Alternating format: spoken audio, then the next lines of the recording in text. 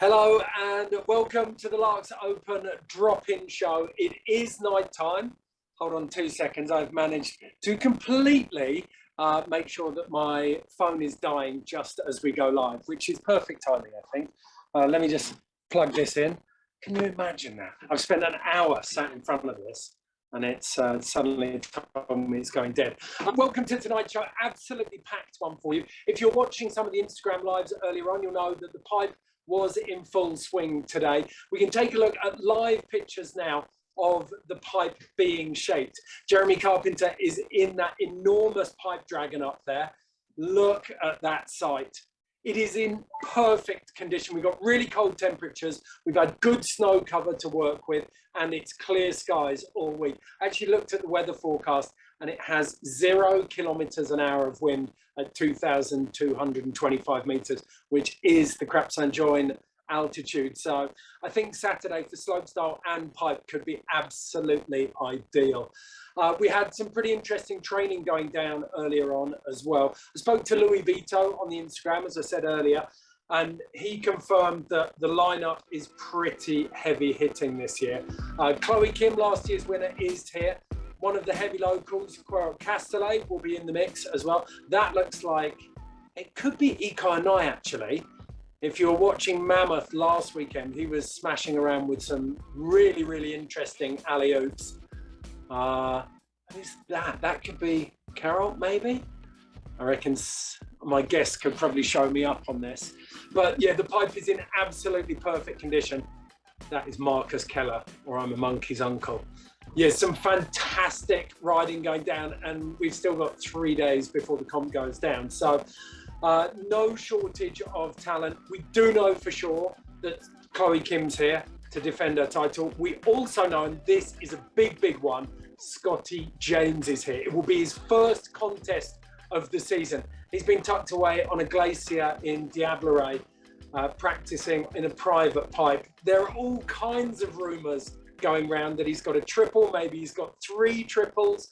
We also know that the whole Japanese team's here, so it could be the first time we see a triple in the LAAX pipe. And Yuto Totsuka's here, obviously, to defend what could be one of the best technical runs ever seen in pipe. But the big news from today, and Louis Vito confirmed it, is that Sean White is in town. So for the first time, we've got all 4 of those big name riders in the same pipe ahead of the Olympics. Sean didn't ride finals. He hurt his ankle at the Mammoth GP. So it's going to be a big, big contest for him. He is in 4th place, and the Americans can take 4 riders, but I think they're slightly limited by the total size of the team. So he's got to get a decent result here. I think there's a little bit of pressure on him. That's why he has travelled. So shots of him now training. A little bit of trivia for you. If you watched the Mammoth GP at the weekend, the sharper of you would have noticed that his qualifying run was actually his finals run from 2010 in the pipe. Right now, though, enough of the pipe. It's time to get into our guests, and I'm very pleased to say we've got some locals, and I'm going to call him an auteur, I think. So let's kick off. Ladies first. We have Elena Cones and Sina Kandrian. Elena, from, well, both of you, locals, you grew up here. How you doing, Elena? I'm doing good, thanks. Awesome. Sina, you well? You been up riding today? Yes, I was up there doing amazing. I sneaked into the slopestyle and it was so much fun to ride it. We'll come back to that in a minute. And then, of course, we have Jerome Tanon, a very recognisable face of the Frenchman. Thank you for joining us, Jerome. You had your art show tonight, Heroes. Yeah, it's actually going on right now. We have the art show opening at the Riders Hotel. And it was a great occasion to, well, celebrate women's snowboarding and see lots of friends that we haven't seen for quite some time. So Elena is here, everybody is around, having some beers and looking at the art show. So I couldn't be more pleased. Talk us through it. What was the project Heroes about? Where did it come from? Well, it started like 3 years ago, and if you remember my snowboard movie, Eternal Beauty of Snowboarding, which I'm sure you do, It's one of my favorite movies. And well, thank you, Ed. And there's not a single girl in that movie, you know. And I didn't think about it. I didn't give it so much thought on the at the time. I thought, oh yeah, it's just sad that we didn't have a girl cruise. But then I realized, well, that sucks really hard actually, because this is a movie that's supposed to represent snowboarding, and there's not a girl in that movie, so maybe we do have a problem. And that's when slowly in my head things started moving until the day that I decided I was gonna shoot only girls for a couple seasons and try to make up for it. And it's one of the things that links all of your projects, I feel like, is the fact that you don't seem to wait for permission from the industry or support. You have these ideas and you go out and make them happen. Was that the case with Heroes as well? Yeah, it was definitely the case. And just like you said, I did ask for support from the industry back then, and I didn't get any. At the time, I was trying to have just some travel budget to go out and shoot the girls around the world, and I barely get any support. And when the project was done and people started looking at it, and then they called me back and saying, hey, we love your project, how can we promote it or whatever. But just to tell you that even today, it's still sometimes difficult to find fundings for female projects. Elena, would you say that was something that you found during your career? Yeah, I think like it's difficult sometimes also to see because you can't really compare. But of course, like, I think everyone is struggling to get money. Everyone needs money. So, but I struggle as well. Yeah, for sure. Or yeah, I think sometimes I think it's I do pretty cool stuff, but the interest maybe could be bigger. But yeah, on the other side, it's everyone's problem as well a bit. Yeah. Did you feel that way, Sina? Did you ever look across the fence and see the boys getting fully supported and think, actually, this doesn't feel that even? I mean, from the Swiss side and also from my sponsor, from brand sides, we got a lot of support. But when I started to get more into projects and stuff and fundraise the project, it got harder and harder. And people, I think, they believe more into guys stuff than into girls stuff nowadays. Yeah. Well, I don't want to go too deeply into this now because there is a huge discussion on this, I think, that Alba Pardo is chairing, which is it's about equal prize money and equality in snowboarding. So if we'll take you back to Heroes for a second. Jerome, have you got favorite images from the book? Which ones really stand out to you? Just as you said it, there's one picture of it's a Christy Pryor, and she's a legend, of course, but I was riding with her in the women's super park, and I asked her, okay, so let's shoot a photo. What would you want to shoot? And she said, oh, I just want to cruise. I want to cruise. I'm like, okay, I'll shoot a photo of you cruising. And she just did this cruising carving turn, and I took the photo, and it turned out amazing. I don't know exactly, but the one we're seeing at the moment, the one of Désirée Mélenchon, is also one of my favorite. I think it's a very strong photograph from the show where you see her struggling to get the trick. She's hiking again and again, and she's in pain, and she's not in her 20s anymore, and so she has these back pains, and she's trying to cope with it, and she's counting in her head actually 1 2 3 4 1 2 3 4. And so when we decided together on the words that I was going to write onto the negative and so on the photo, I decided to, okay, this 1 2 3 4 thing I'm going to have all around the border of the photo, and it gives lots of personality, at least feelings. You know, that was the theme. For me to write on the photos was very important because I wanted to have those words, those few words, those feelings that you get from snowboarding. I wanted to have them on the picture. And it's looking at all of the images. I got to have a look through the book when it first came out, and it feels like there's a real trust from the riders in what you're trying to achieve. You've captured really intimate moments with a lot of them.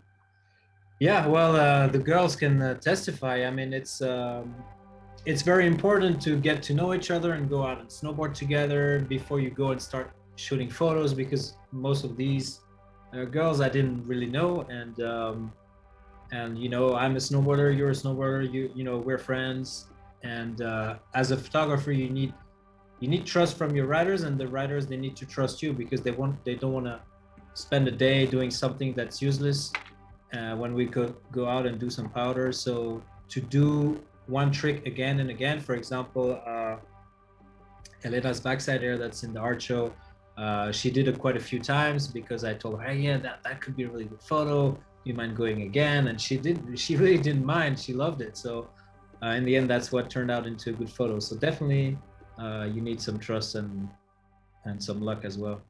What was the process like for you, Elena? Well, it was really bad weather and not at all promising. The snow was pretty bad and the weather was really bad. But yeah, in the end, we had a really nice photo, and I think it was because we were motivated. So we just looked for something, and we did shape this jump, and it turned out to be pretty cool. And yeah, it was actually fun to jump and shoot. So I think to have fun is pretty important. Like, yeah. Always, I think that's the point of snowboarding. What about you, Sina? What was the process like for you? Sorry, what was the question again? What was the process shooting with Jerome for the book Heroes like for you? When I met like Sharon the first time, it was at Audi 9s, and I have heard of him. I saw some picture and I was like, oh, this is the analog photographer. And then I just kind of knew him, but I didn't know his face. And then a guy just showed up and took his camera, and I'm like, shit, is this Jerome? Is this really this guy? And he's gonna shoot with us. I was super stoked because I think it's really important also to shoot analog, and I think it's kind of cool. It's his style, it's his unique style, and I think that's why the art book is also so cool, because it has this special stuff in it. This character of shooting and the whole process with the negatives and stuff. It's a really lovely, I've got to say, it's really lovely having you here, Jerome. And this is what I know the LAAX Open have endeavoured to do this every year, is try and draw the culture of snowboarding into the competitive arena. And it's a real treat to have you and the book here. Yeah, I'm super happy, because the whole point of the art show was to not stay in my basement as it is most of the times, but it is to go at events where we could, like you said, here we have all the best riders in the world doing the contest, but we also have such a huge scenes of local riders, the shredders, even the weekend riders who come from Zurich or Geneva to come for a weekend. And yeah, it's very important for me, those photos, to be seen in such a nice place as the Riders Hotel, because you want to give value to those photos, because you want to give value to these riders and to their stories. And for me, it's really important to have the best quality photo you can have in the right place. And during the LAAX Open is the perfect timing, because like I said, all these friends I haven't seen for a while, because of the whole situation. Now they're all gathered here, and they're all here having a beer and looking at photos and discussing, even though it's bringing the topic on the table of girls snowboarding, and in a natural and friendly way. You touched on an interesting point there with the LAAX locals. Sina, Elena, you both grew up here. You had incredibly successful careers as pros. What influence, what effect does first LAAX and then the Burton European Open and then the LAAX Open have on your careers? How much did it help you? I mean, for me, growing up in LAAX was the best thing. Otherwise, I would be maybe horse riding or whatever, something very different, And I mean, I have to say, like, thanks to LAAX, I'm the freestyle, freestyle snowboarder. And with all the pipe and stuff and parks they build it, it's like I could grow up in those stuff, like from the beginning at the Freestyle Academy to growing up to become the European Open kids champion or junior champion, and yeah, the career started, and it was so nice to grow up here and have the base training. What about you, Elena? I didn't grow up here, but I slowly moved towards LAAX because of the good park. And yeah, in the end now I live here and also work here in the Freestyle Academy. So yeah, it's a really good place to be. It's nice. What do you make? I mean, for your generation, you were growing up as Reto Poltera's dream was just starting. But for kids who are riding LAAX and Flims now, they're seeing, they've kind of got the dream in front of them. Everything's built, the facilities are there. What kind of talent are you seeing? Because as Jerome and I just come in and we see the top level competition, but you guys being here each week, you must see all of those young riders who are coming through and just waiting to break out. Is it a really exciting time in LAAX? Yeah, definitely. It's really exciting, and I think the young riders are so motivated because they see although they have the events here and they can see like the top riders, and they really enjoy also like skateboard competitions, and after the skateboard competitions they are so fired up to skate, so you can definitely see that they are influenced and motivated by these events as well. Sina, give us a name. Who have we got to watch? Who do you think the most likely young local at the moment is to break out and make it big? You can say more than one name. Oh, it's kind of hard to say, but maybe it's gonna be Jonas Hassler, the pipe rider, the young one. He's just started doing Furiously writing that one down now. Yeah, he's gonna compete tomorrow, I think. Yeah. Nice. Okay. We can take a look at the slopestyle training, I think, from earlier on today as well. You said you rode through the course, Sina. What do you make of it? It's super nice shaped. I mean, no wind at all. The speed is fast, and I think I was just enjoying, so I didn't watch too much. But what I saw, a lot of people were just like smiling all over the face. No one had struggle with the speed. Everyone just could ride through and enjoy the practice. I mean, that's the best for the riders. Just have like 2 days of Bluebird for the practice, and then tomorrow, yeah, qualifiers for the guys. I mean, the course is perfect. It's just nice shaped. You have different futures kind of stuff and play around. And what I'm really looking forward, and it's gonna be interesting, is the third future. It's kind of a rollover, and that's gonna be really interesting to see how the riders different ride it. See, what we're seeing there as well is the quarter pipe. And I remember the last time we had a quarter pipe here, we talked about it last night with Eni Urakiyavi and Marcus Cleveland. A lot of slopestyle riders still struggle with transition.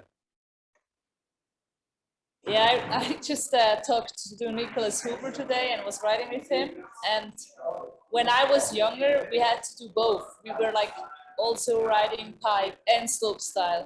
And nowadays, the kids are more like, I'm a slopestyle rider or I'm a pipe rider.